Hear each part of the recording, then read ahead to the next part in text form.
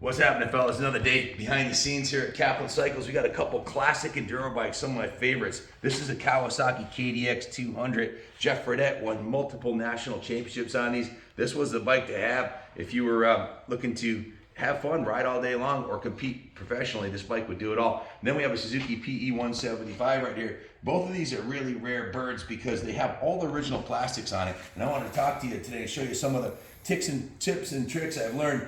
When I raced bikes when I was a kid, we couldn't rub two nickels together, so we learned all the ways to keep your bike looking fresh many moons ago.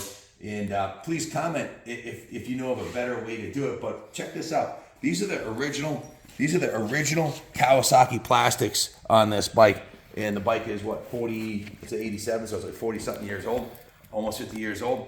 You can buy VMX Plastics, makes spectacular looking reproduction plastics, but they're expensive. It's like 220 bucks for a fender. So you could drop 700 bucks on a plastic kit, or you can go with Cycra. The Cycra stuff doesn't look as good as the OEM stuff. Sometimes it doesn't fit that good. It's kind of like a dull finish. So ultimately, most of the bikes we restore, the real popular ones like the CR500, they figured out how to make the plastics affordably, for under 300 bucks a nice set. But the point I want to make here is when a bike has the original plastics on it, that's proof the thing hasn't been cartwheeled. And who knows who originally owned this bike, but this is the original graphics on the tank. We are going to replace these. We can reproduce those in-house or buy them, reproduction graphics.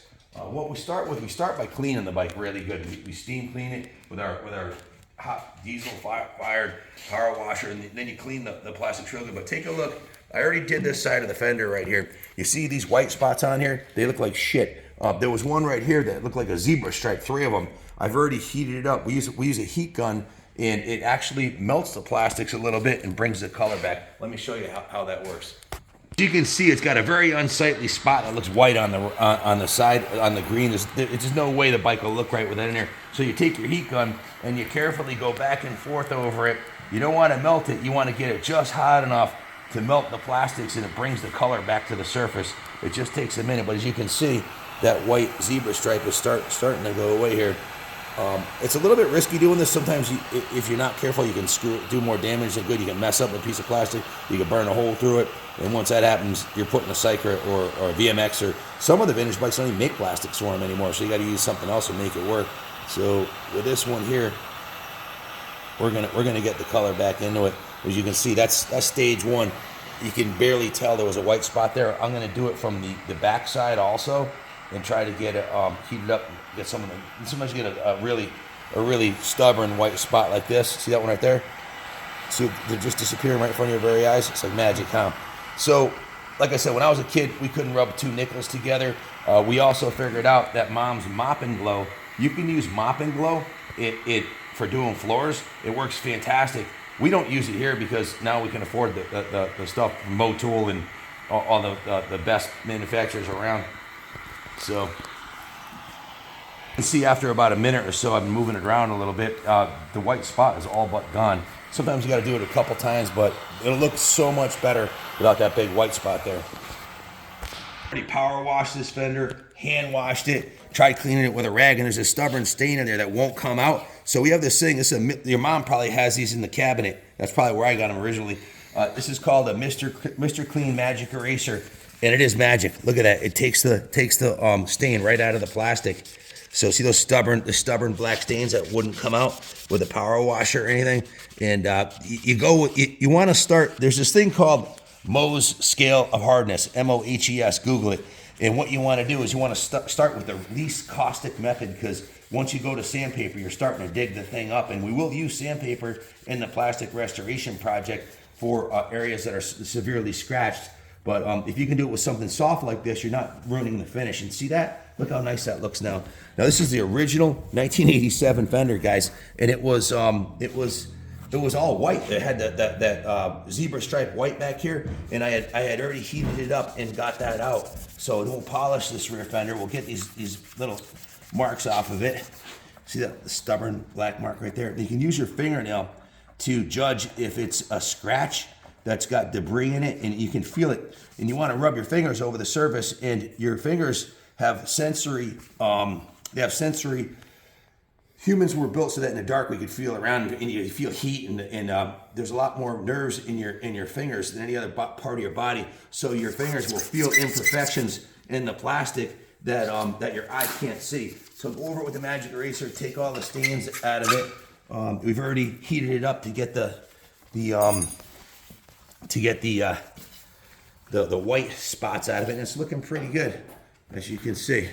Ultimately, for any restoration, you want to use the OEM original fenders. You can go online to Partzilla or eBay, but it's ridiculous. I just priced out a brand new fender for this PE. I found an NOS one was $600 on eBay. So I was like, you know, it kind of ruins the fun of it if you're spending so much that you don't even want to ride the bike, right? So if you can buy an OEM replacement affordably from the dealer, still has them. Sometimes they're available for bikes. In case you want to look online, get the part number from this website called Partzilla, Partzilla. Go on to Partzilla, look your bike up, get the part number, put it in Google, and then it'll come up with responses on where you can get that part. Either eBay, used ones will come up, new ones. Sometimes in Australia, Australia has a huge vintage bike following over there. So sometimes they'll have NOS parts overseas, and as long as it's a good feedback, you don't want to buy from somebody with zero feedback on eBay and send your money to Australia or Japan or wherever. You're going to get screwed. You want to find somebody with a good feedback, who's a professional,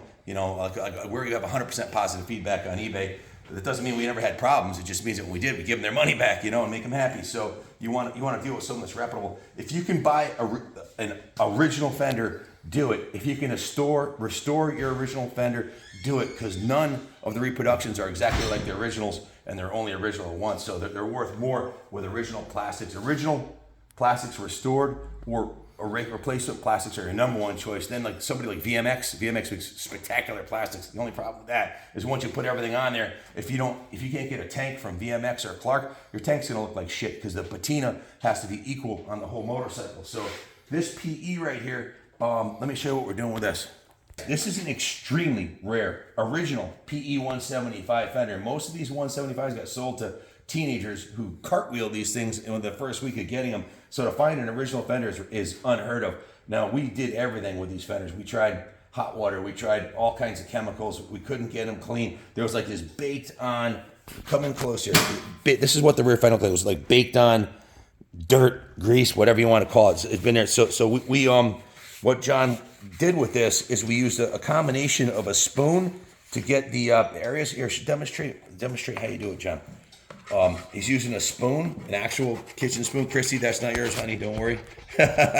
So we use a spoon to get in the cracks, and basically you're peeling off the top layer, and then if it comes out pretty smooth and there's no scratches, we'll sand it with 1,000 grit and 1,500. We'll wet sand it in a bucket with warm water, just wet sand it smooth, and then you put a finish on there like a Armor All or a Motul or if you don't have that, you know, you can always use Mop and Glow. Mop and Glow puts a pretty thick coat on there, so sometimes it leaves a surface, but it will look nice and shiny, and it can be taken off too.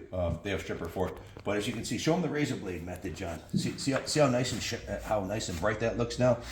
And this is an original 77 PE 175 with pristine frame rails, pristine original rims, all original plastics. Everything on this bike is original except for the grips and a couple other doodads, the tires, the seat cover and everything. It's unheard of. So, like I said, the reproduction plastics for these, frankly, they kind of suck compared to the originals. So, and they're expensive. We're trying to restore these plastics, and they're going to look excellent. And the patina will all be the same from the tank to the fenders, and it's proof this bike's never been cartwheeled because the fenders still look good. Show them how you do the. This works for small scratches too. It's a brand new razor blade. It's basically peeling off the top layer of plastic. You see how it's coming off, and it's coming out bright yellow when before it was a faded, shitty looking yellow. Let me show you the. You see this getting right closer. You can see how dirty and like. Is the camera picking that up? Mm-hmm. This center part is the first part that we did with the razor blade method, and then we'll do the spoon on the sides, and then we'll sand it with like 1,500 grit, and if there's any white spots, we'll heat it up with the gun, and we'll use a magic eraser to take the stains out. Fortunately, we tried. John already did the magic eraser on this, and it's just not really working. It's not taking this discoloration off. So this needs something more aggressive, which means removing the top layer. Guys, the next step is we're using a 600 grit sandpaper. John's using, we're wet sanding the after we've done the spoon and the razor blade. He's gonna sand it down with 600 grit. If there are deep scratches that you couldn't get out the razor blade, you'd want to go with a 320 grit. But we're starting, this one's pretty smooth, so we're doing a 600. And the next step will be 800 grit, that's this. And then we have 1500 grit. We'll just put a real fine shine. 1500 is like super smooth. This is the 800 grit. And we're just gonna do this section here to give you an idea what it looks like. And what we're doing is we're turning something that was black and crusty and yellow and faded and shitty looking into something you can be proud of, and it's original, restored. It's very time consuming. You got to do this yourself. You can't pay a shop $100 an hour to do this because you might have an hour and a half or 2 hours into a fender. So if you do this, you can do this on your own with these techniques. Age of the sanding is this 1500 grit that John's using here, and you just do that whole section with 1500. Normally we'll do the whole fender with 6, then 1000, and then 1500, or 8, 1000, and 1500, depending on the conditions. And some plastics react different than others depending on the manufacturer. Some restore easier than others, and you got to try a few different things. If you're wondering how it's going to come out, do the bottom side of your fender first in case you screw up, so you're not messing up the top side of it. Okay, guys, final step, you're going to wipe it off with a nice soapy rag to get all the debris off of there, and then we're going to dry it off, and then we're going to buff it. We use 3M Perfect-It machine polish right here on both painted and plastic surfaces.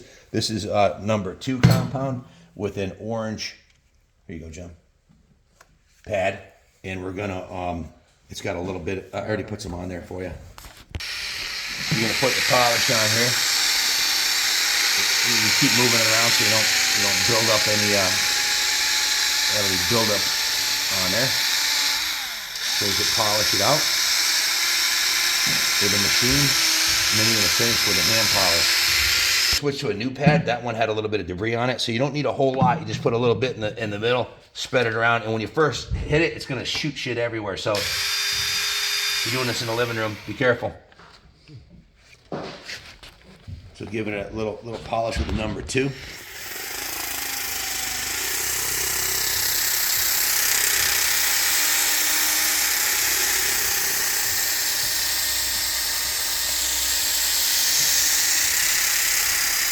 Next stage is use the 3M Ultra Fine machine polish, and you switch to the black polishing pad.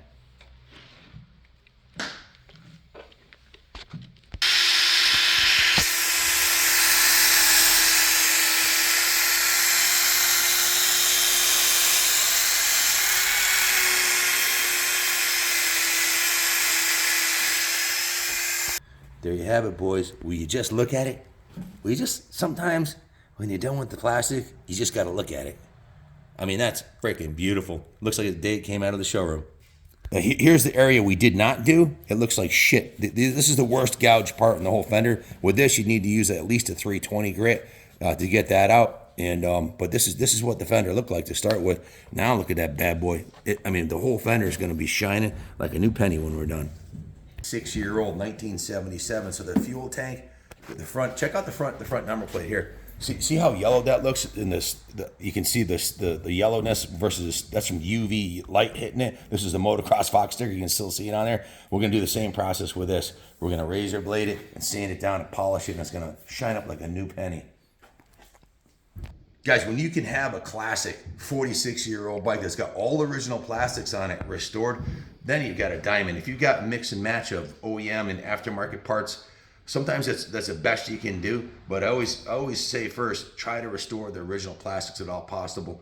And some colors react differently. Like sometimes the green on the Kawasaki tanks, it's just very difficult to restore. This one here, we've already come a long ways with the this green was all zebra colored. You know, we using, you know, starting with the cleaning and then the heat method to get the color back to the surface. And then we're gonna do the sanding and polishing, and it'll come out real nice. So it's a lot of elbow grease, but the result is worth it, guys. If you know another technique you can use, there's more than one way to skin a cat, so to speak. But Not that I recommend skinny cats. I love my cats, but you know what I'm saying. Anyways, hope you enjoyed that. Happy New Year, everybody, and God bless America.